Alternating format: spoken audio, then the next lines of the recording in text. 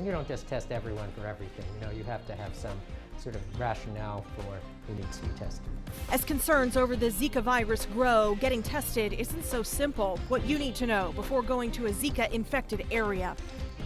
Giving schools an alternative to the STAAR test. That is the plan a lawmaker rolled out today, 2 weeks into the school year. KXAN education reporter Erin Cargile is live at the Austin ISD School Board meeting with the details about this tonight. Erin?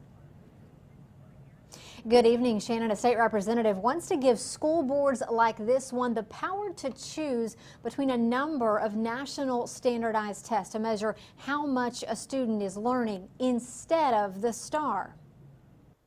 I never thought that we were going to take a STAAR test on the beginning of the year. These Austin ISD students tell me their math teacher has already given them a STAAR practice test during the first week of school.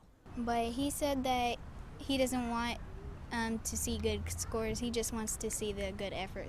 Why is it so important for you to do well on the STAAR test? Because school is important to me, and I don't want to be a dropout. Joe Zamora says he gets really nervous because of his dyslexia. When I get stressed, my palms start getting sweaty. I'm nervous. There's questions I don't know, I skip and then come back to them later. State Representative Jason Isaac also has 2 sons in middle school. So I've never been a big fan of STAAR.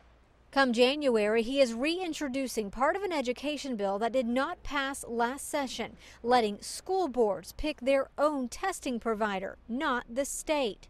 There's the PSAT is another, ACT, SAT, and when you have this competitive free market, the consumer wins. In this case, the consumers would be the school districts, the parents, and the teachers, and we could truly get into educating our children, preparing them for the future, not just preparing them for a test. Austin ISD School Board President does not think the STAAR is going anywhere anytime soon. I think we've had some trouble, certainly. It's been a real problematic with the new testing vendor.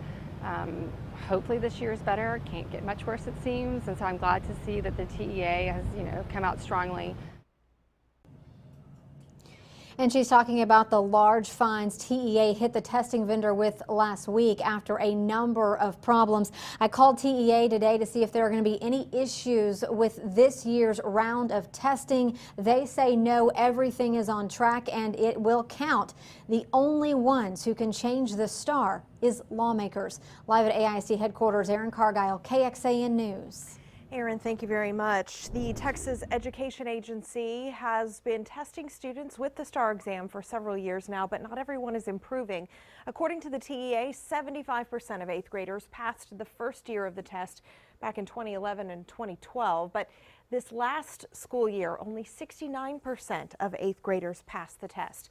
We also found out 6th and 7th graders are not improving their scores.